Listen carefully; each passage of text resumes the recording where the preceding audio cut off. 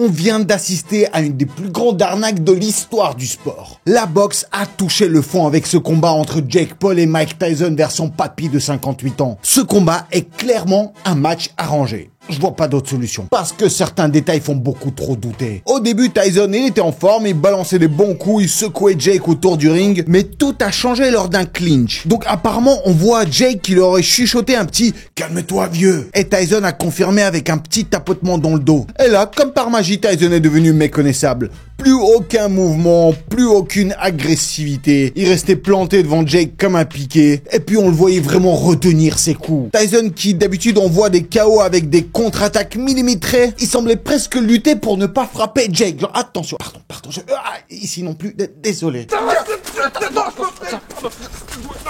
Tyson aurait pu le terminer avec un KO là, mais à la place, il a décidé de rien faire. À un moment, il bloque un coup sur l'épaule, il se met en parfaite position pour envoyer un contre fulgurant, mais il reste là immobile. Pas très Mike Tyson tout ça. Et le détail qui tue, c'est Tyson qui mord son gant, comme pour se rappeler de ne pas envoyer des vrais coups. La technique algérienne pour se calmer. Franchement, si c'est pas une mise en scène tout ça, ça y ressemble très fortement. De toute façon, même Jake, dans une interview, il a dit « Tous les combats de sport sont truqués ». Et puis même les Simpsons, ils l'ont prévu, alors... À ton avis, c'est vrai ça a été truqué? Dis-le moi dans les commentaires, t'en penses quoi? Alors, pour t'aider à trancher, voici quelques théories qui prouvent que c'est un match arrangé. Signe de la langue. Il y a aussi un autre moment où Jake lui dit d'y aller mollo. Après s'être pris un bon coup dans la gorge, il lui tire la langue. Mais c'est quoi ce signe de teubé? C'est la soupe au chou. Alors après des théories, c'est un signe secret arrangé entre eux pour dire vas-y mollo. Si je fais ça veut dire que j'ai mal, faut se calmer. Forcément, de l'autre côté, il y a aussi plein de boxeurs qui disent mais non, mais ça c'est un truc entre boxeurs anglaises. C'est quand tu te prends un coup et que t'as pas mal, bah tu fais ça pour narguer ton adversaire. Ça s'appelle une taunt en anglais. Une moquerie quoi. Après, comme d'habitude, on a aussi des indices cachés. On a vu dans le public un panneau « Paul is a LARP ». LARP qui signifie un joueur à rôle prédéfini. Le script leaké. Alors, depuis quelques jours, une feuille circule avec le scénario du match qu'ils ont respecté. Oui, donc un scénario qui explique round par round qu'est-ce qu'ils doivent faire. Et ils ont fait exactement ce qui est marqué. Alors là, t'as tous les youtubeurs, les mecs sur Twitter, tout théoricien du dimanche, ils commencent à s'appuyer dessus et dire « Mais oui, mais ça a été trouvé 2 jours avant le match. Donc, ils ont reçu ce scénario qu'ils ont dû suivre. » Après, soyons sérieux 2 secondes. Déjà, ce script ne prévoit que 5 rounds. Il y en a eu 8 en tout. Donc c'est quoi, ils ont économisé du papier? Oh, on va pas gaspiller du bois, on va écrire que 5. Et puis pourquoi attendre 2 jours après le match pour balancer ce script? Genre, non mais on l'a trouvé 2 jours avant, bah balancez-le 2 jours avant à ce moment-là. Genre les mecs, ils ont eu une prophétie entre les mains, mais ils se sont dit, non mais on va attendre que tout le monde se fasse avoir, et là on sortira notre papier magique. Et puis franchement, c'est beaucoup trop bien écrit, genre on dirait vraiment une rédaction d'un gamin de CP. Jake Paul n'attaque pas trop, Mike Tyson met un coup. Non mais sérieux, genre pour Mike Tyson et Jake, ils auraient mis des petits titres comme ça, serait aussi bidon. Ah non mais c'est du cas scolaire, on dirait une preuve fabriquée par un stagiaire en marketing. Et puis vraiment le pire c'est qu'ils ont même pas suivi exactement ce scénario. Parce que c'est pas trop ce qu'il a fait Tyson. Enfin, surtout ce qu'il a pas fait plutôt. 8 rounds de slow jogging et de câlins maladroits pendant que Jake Paul faisait semblant de suer pour placer 2-3 coups en scred. Ah non mais le match, de toute façon, il était ridicule. Tu sais, si c'était un scénario, ils auraient pu mieux scénariser. C'est qui a écrit? Prépa physique des combattants. Alors au début, tout le monde attendait que Jake Paul il se fasse exploser, mais vraiment KO quand tu vois la préparation de Mike Tyson et il est en pleine forme, il est méga rapide. Et franchement, ça avait du sens parce que Jake Paul, c'est qui? Un ancien acteur de Disney Channel pour enfants. Difficile d'imaginer ce genre de personnage battre un mec qui a littéralement une oreille avec ses dents. Et puis quand tu les compares quand ils avaient 15 ans, voici Jake Paul à 15 ans. You got a burrito, we all have burritos, hey! Et voici Mike Tyson à 15 ans. Franchement, heureusement qu'ils ne sont pas rencontrés au même âge. Hein. Non, mais même quand tu vois le Mike Tyson des entraînements à quelques semaines avant, on se dit, où est-ce qu'il est passé? On dirait qu'il est en vitesse 0,5 sur YouTube. On aurait dit un vieux DVD qui saccade. Anti-théorie. Donc voilà, on a vu quelques théories qui disent que c'est un match truqué, mais vu que je suis quelqu'un d'impartial, voici quelques contre-arguments. Parce que si on se calme un peu, et si on remet les choses un peu en perspective, peut-être qu'on peut voir les choses autrement. Après, c'est un match de dumps, ça, on peut pas le voir autrement. Franchement, qui a regardé même les replays? Vous avez kiffé ou pas? Bon, déjà, Mike Tyson, quoi qu'on en dise, même si c'est une légende, aujourd'hui, c'est un papy de 58 ans. Même si c'est un papy légendaire, ça reste un papy. Le gars, il avait les genoux en vrac, un passé médical très lourd, À peine quelques mois avant le combat, on l'a vu en fauteuil roulant à l'aéroport. Et franchement, ses genoux pendant le match, on aurait dit Joe Biden en descendant d'un tapis roulant. Donc le fait qu'il était super chaud dans les premiers rounds et après il s'est essoufflé super vite, c'est pas un script, c'est la nature qui fait son taf. Après de l'autre côté aussi t'as Jake Paul, ok c'est loin d'être le meilleur boxeur, bon après il fait beaucoup d'entraînement et puis surtout il a 27 ans. Puis forcément il doit prendre des petits produits, je sais pas, il doit se doper à un truc. Mais on se demande aussi genre limite bah pourquoi si t'es aussi jeune, aussi fort, pourquoi t'es pas allé plus fort? Parce que avant le match il disait oh je vais le tuer. C'est personnel maintenant. Et là, il était en mode, ah, bah, je sais pas comment taper. Il a mis à peine quelques coups tout chétifs, là. Et dans une interview après le match, il a dit que il était impressionné par la légende de Mike. Et il l'aime tellement, il le respecte tellement qu'il pouvait pas le mettre KO parce qu'il sentait qu'il était faible face à lui.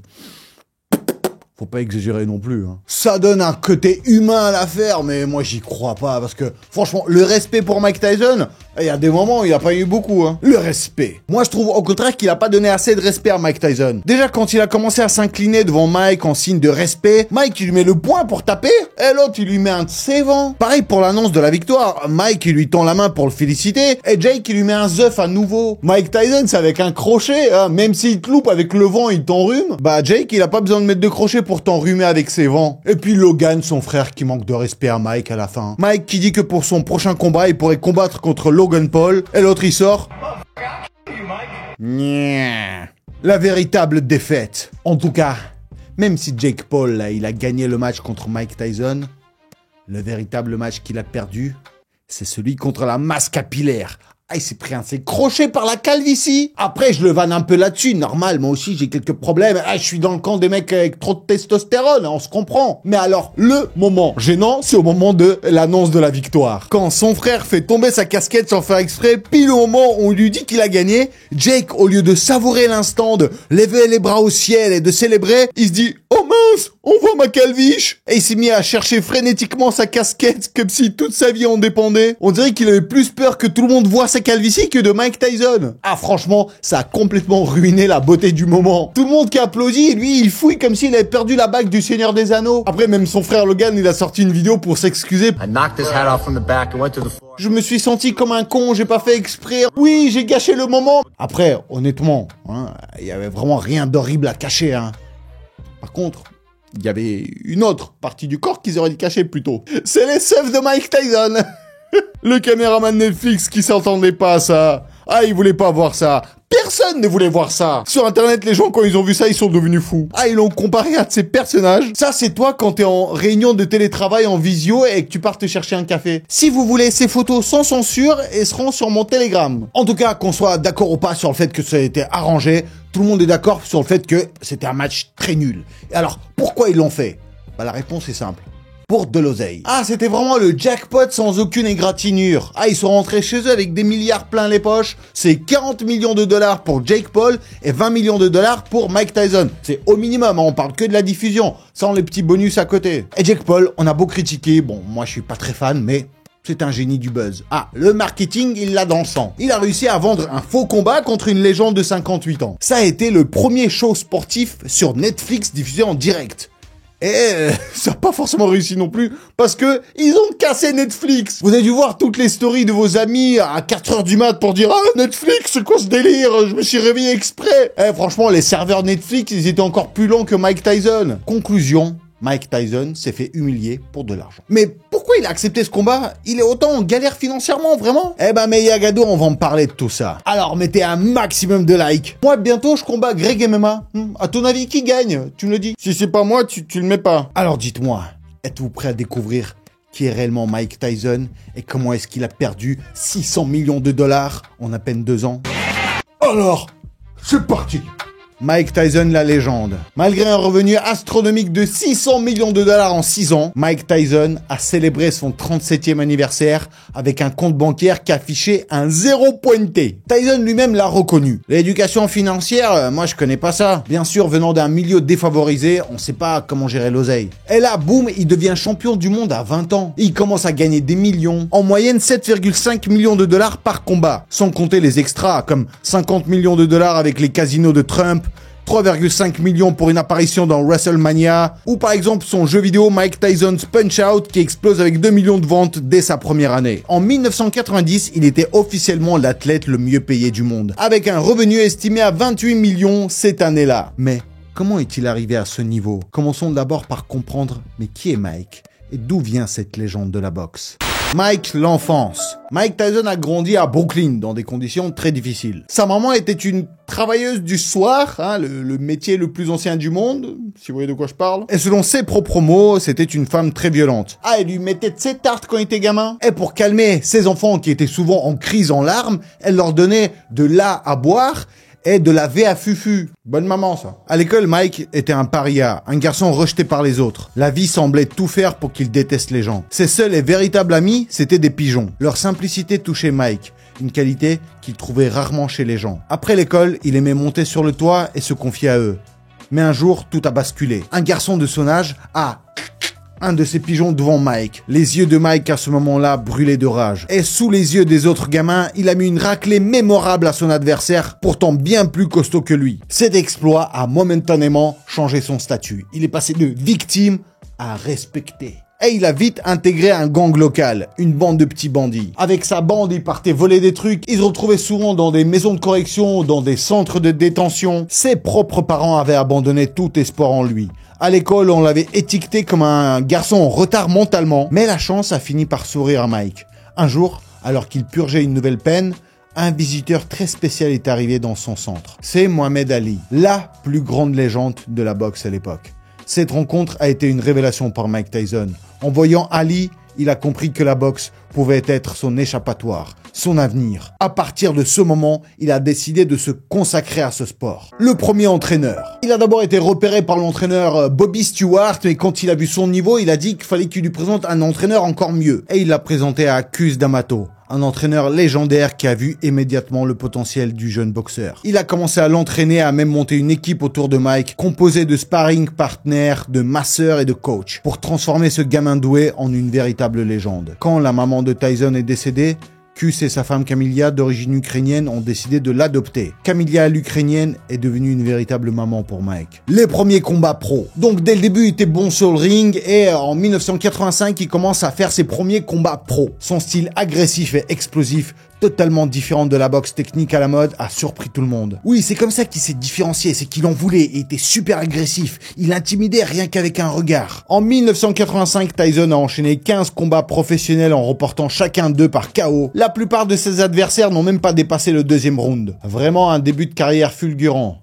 qui a annoncé la naissance d'une légende. Don King. Alors Don King, c'est un personnage dans la boxe américaine. J'allais dire le P. Diddy de la boxe américaine un peu. Un manager super scrupuleux, qui est là que pour l'oseille. Ancien boxeur amateur, très vite recalé par une défaite par KO, King avait abandonné les gants pour se consacrer au business. Et assez rapidement, il était devenu une figure incontournable du milieu, prêt à tout pour l'argent. Après la retraite de Mohamed Ali, King cherchait désespérément une nouvelle étoile pour remplir ses poches. Il avait déjà repéré Mike bien avant, mais à ce moment-là, Mike, il était avec Cus. Et Cus, c'était quelqu'un de loyal et d'honnête. Et il protégeait Mike Tyson de cette influence malsaine. Il lui interdisait de se mettre avec Don King. Mais malheureusement, en 1985, Cus D'Amato s'en va tout là-haut. C'est une des plus grandes tragédies de la vie de Mike Tyson. Il ne savait plus où aller, il ne savait plus vers qui se tourner. Et c'est là que Don King lui a tendu la main et lui a dit « Allez, viens, je vais te faire gagner de l'oseille. » Ah, ça, de l'oseille, c'est sûr qu'il en a rapporté. Mais ce partenariat, pourtant lucratif, a marqué le début de la chute pour Mike, autant sur le plan professionnel que personnel. Il a aussi commencé à travailler avec Donald Trump en faisant des matchs pour faire la publicité de ses casinos. Ah, il s'est fait beaucoup d'oseille avec Trump aussi. Mais d'après tous les journalistes sportifs, ils disent que Don King et Trump, c'est eux qui ont la carrière de Mike Tyson. Sous la direction de Don King, Mike Tyson est devenu, à seulement 21 ans, le plus jeune champion du monde unifié de poids lourd. Un exploit accompli en 2 ans et demi après ses débuts professionnels. Il a battu James Smith pour le titre de WBC, puis Tony Tucker pour unifier les ceintures, et tout ça malgré un uppercut dévastateur reçu en début de match et une main fracturée pendant le combat. Le début des problèmes. Tyson a ensuite défendu ses ceintures 6 fois d'affilée, mais sa motivation a commencé à faiblir. Il se détournait peu à peu de la boxe professionnelle. Il enchaînait les fêtes abusant de boissons et en tombant dans la dro-dro, son côté scandaleux enfoui en lui depuis l'adolescence tumultueuse, a commencé à ressurgir au grand jour. Car avant, D'Amato, en fait, calmait toute cette énergie négative pour la mettre sur le ring. Mais là, il n'était plus là. Mauvais mariage. Oui, comme si ça ne suffisait pas, en 1989, Mike traverse une période de stress monumental à cause d'un divorce ultra scandaleux avec Robin Givens. Il faut dire que Robin avait une sacrée réputation. Elle était sortie avec Eddie Murphy et Michael Jordan. Mais apparemment, aucun des deux n'avait le cran de l'épouser. Il lui faisait pas confiance. Et Mike, il a dit... Banco pour moi. Il a relevé ce défi. Et il s'est pris un sacré crochet émotionnel. Leur mariage, un désastre complet. Plus tard, Tyson racontera que Robin le trompait avec Brad Pitt, qu'elle lui mentait en permanence et qu'elle a réussi à lui soutirer une grosse partie de sa fortune pendant son divorce. Et puis avec Don King, ça n'allait plus du tout. Quand ses amis lui disaient que King et Donald Trump profitaient de lui pour s'enrichir sur son dos, Tyson répondait « Je gagne tellement d'oseille que je m'en fous ». Et c'est vrai qu'il s'en foutait, surtout avec le train de vie qu'il prenait. C'était soirée sur soirée, vraiment de la folie de Hollywood, quoi. Il claquait millions sur millions. La prison. Ah oui, Mike Tyson, c'était une machine sur le ring, mais en dehors, c'était un monstre. Il était encore plus spectaculaire. Impossible pour lui de se défaire de son style de vie débridé. Fête à répétition, excès de boissons, excès de dro-dro. Des filles qui défilaient plus vite que des gonds de boxe. Ses promoteurs faisaient tout leur possible pour étouffer les scandales, mais la tempête finissait toujours par éclater. Il commence même à traîner avec P. Diddy et à aller à ses soirées. Par contre, il refuse que P. Diddy lui touche la cuisse. Et apparemment, c'est là que le conflit entre les deux a démarré. Et Diddy, il a voulu se venger de Mike. Il n'a pas du tout apprécié. Et cette vengeance est arrivée très vite. En juillet 1991, tout bascule. Desiree Washington, une jeune modèle de 18 ans, récemment couronnée Miss Black America, accuse Mike Tyson de V. Mike se défend en affirmant que tout s'est fait avec consentement, mais l'affaire hyper médiatisée divise l'opinion. Et après un procès qui dure plus de 6 mois, le verdict tombe. Le 10 février 1992, Tyson est condamné à 6 ans de prison. Ce fut l'un des plus gros scandales de sa carrière. Sortie de prison. En 1995, Mike sort de prison avec une rage de vaincre et une discipline de fer. Chaque jour derrière les barreaux, il s'est entraîné comme un forcené, déterminé à prouver qu'il était toujours le même combattant redoutable. Sur le plan physique, il était impressionnant, mais c'est surtout son état mental qui soulevait des questions. Ce qui est bien, c'est que pendant son séjour en prison, il s'est converti à l'islam. Il avait laissé tomber les boissons et les dro-dro, ce qui a poussé beaucoup de gens à croire à son renouveau. Mais la suite de son histoire, elle est prouvée que ces démons ne sont jamais très loin. Aurait eu. Ah, c'est sûr qu'il avait le level, parce que dès qu'il est sorti, il a commencé à enchaîner des matchs. Dès son premier combat, il met le gars KO en 1 minute et quelques. Ah ouais, la rage de la prison, il a tout donné. Après, il enchaîne 4 victoires consécutives, toutes par KO, ce qui relance un immense engouement autour de son retour. Mais c'est là qu'arrive le match contre Holyfield. Il avait déjà perdu un match contre lui, et là, il fait son retour, et c'est devenu le combat le plus scandaleux de l'histoire de la boxe. Holyfield, il était connu pour ses tactiques agressives, il passait son temps à donner des coups de tête, à marcher sur le pied. Et donc frustré, Mike a littéralement pété les plombs. Et dans un excès de rage, il a l'oreille. Ah, je pense que vous connaissez tous la légende. Ah ouais, il lui a même arraché un morceau. Holyfield, il était en douleur de ouf, mais il a accepté de continuer le combat. Et Mike, tellement il était vénère, il a refusé de reprendre le combat. Il a dit non, je vais me péter avec toi, mais sans règles. Du coup, ils ont commencé à se pousser. Toutes les équipes sont montées sur le ring, c'est parti en baston au général. Cette morsure a coûté cher à Tyson. C'est disqualification immédiate, perte de sa licence de boxe, un énorme scandale qui a détruit une grande partie de son image publique. Mais en même temps, c'est avec ça qu'il s'est fait connaître dans le monde entier. Donc il a dû arrêter la boxe pendant quelques années, c'est en 1999 qu'il a récupéré sa licence enfin, mais il n'était plus du tout le même, ça y est. Il a passé toute cette période de pause à faire la teuf. Ah, il s'en foutait de tout, il avait plus du tout la rage. C'était un combattant irrégulier, il misait tout sur les coups puissants. Il faisait des combats juste pour l'oseille. Il manquait de discipline et d'endurance. Avant les combats, il teasait, il se préparait plus du tout et il arrivait quand même à gagner des combats. Plus ça allait, moins il faisait d'efforts. Et donc, un long déclin s'en est suivi. Fin de carrière. Ah ouais, mais après, c'est devenu de pire en pire. Ah non, mais les 3 derniers combats de Mike Tyson, vaut mieux les oublier. Dans 2 d'entre eux, il a subi des défaites humiliantes, et lors du dernier, il a abandonné après le 7e round, déclarant qu'il ne voulait plus déshonorer la boxe. Une décision qui, malgré tout, était pleine de lucidité. Tyson avait tout pour devenir le plus grand boxeur de l'histoire, surpassant même Mohamed Ali. Mais il a vu sa carrière sombrer dans la boisson, la dro-dro et les excès. Une fin triste quelque part pour une légende qui aurait pu briller bien plus longtemps.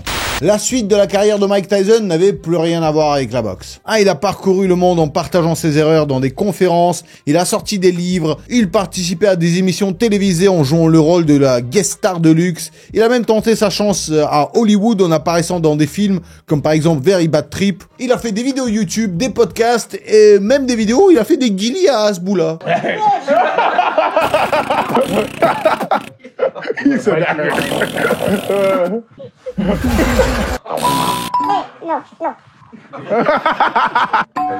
Et c'était prévisible, parce que Mike Tyson était habitué à vivre sous les projecteurs, donc il avait besoin de rester au centre de l'attention. Mais alors jusque-là, on se dit, bon, même s'il a fait quelques erreurs, ça va, il s'est fait quand même plein d'oseille, pourquoi est-ce qu'il a plus d'argent? Comment il a tout perdu? La réponse à la question de comment est-ce qu'on peut dépenser plus d'un demi-milliard de dollars devient assez évidente quand tu découvres le train de vie de Mike Tyson. Le procès de sa faillite a relevé un aperçu de ses dépenses. Et même si tous les chèques n'ont pas été conservés, les preuves présentées au tribunal suffisent à imaginer l'ampleur de son style de vie démesuré. Le quotidien de Mike Tyson, c'était des dépenses mensuelles de 400 000 $, et souvent bien au-delà. Entre 1995 et 97, il a dépensé 9 millions en frais juridiques, 230 000 $ en téléphone portable et 410 000 $ juste pour une fête d'anniversaire. J'espère qu'il y avait un beau gâteau. En juin 2002, il refuse de payer une facture de 88 000 $ à ses employés chargés de s'occuper de ses tigres. Oui, il a acheté des tigres pour chez lui, sans même savoir pourquoi, juste comme ça sur un coup de tête, genre waouh, des tigres, j'en veux. Ce même mois, il claque 65 000 $ en location de limousine, alors qu'il possède déjà un véritable parc de voitures de luxe. Un train de vie complètement hors contrôle. J'ai créé une tendance que tous les rappeurs d'aujourd'hui reprennent, racontait Mike. J'étais le premier à acheter des Rolls-Royce, des Ferrari que je personnalisais entièrement, intérieur en cuir Gucci, des frigos intégrés. Dans une de mes limousines, j'avais même installé un jacuzzi et un fax pour qu'on m'envoie directement les factures à payer. On achetait des bijoux à 2-3 millions de $. Un jour, j'ai offert un bijou à 5 millions à une amie. Après chaque combat, mon équipe sortait en manteau à fourrure et montait dans des Rolls-Royce. Dans toutes mes maisons, tout était signé Versace. Les meubles, les papiers peints, les couvertures, les serviettes, les cendriers et même la vaisselle. Ah ouais, effectivement, les rappeurs, c'est des petits joueurs à côté. C'est comme ça qu'il a tout perdu. En plus de ça, il ne payait pas ses impôts, donc il a des millions de dettes actuellement. Et aujourd'hui, la fortune de Mike Tyson est estimée à 10 millions à peu près. Donc, pour nous, c'est un truc énorme, mais apparemment pour la vie de Mike Tyson, c'est petit. Et donc c'est pour ça qu'il a accepté de faire ce combat pour 20 millions. Pour lui, en gros, il va tripler son capital. Mais bon, là, à presque 60 ans, il s'est beaucoup assagi. C'est plus du tout le même qu'avant. Il évite désormais les scandales et mène une vie relativement tranquille. Ses principaux revenus proviennent de ses apparitions dans des émissions TV. Et il a aussi une ferme où il fait pousser de la V. Tyson ne cherche plus à jouer le rôle du méchant face au héros. Mais il est difficile de ne pas regretter l'époque où, jeune homme intrépide, il terrifiait ses adversaires avant même d'entrer sur le ring. Mais malheureusement, le temps, lui, il ne fait pas beaucoup de cadeaux. Alors selon toi, mon Yagadou, est-ce qu'il a bien fait de combattre contre Jake? Aussi, n'oubliez pas de liker cette vidéo pour me soutenir. Allez, là, tout de suite, tu mets un like, ça me ferait grave plaisir. Allez, je vous fais à tous des méga Yagada kiss et j'ai déjà hâte de vous retrouver vendredi ou samedi au pire pour une nouvelle vidéo qui va arriver, mais très bientôt. Allez.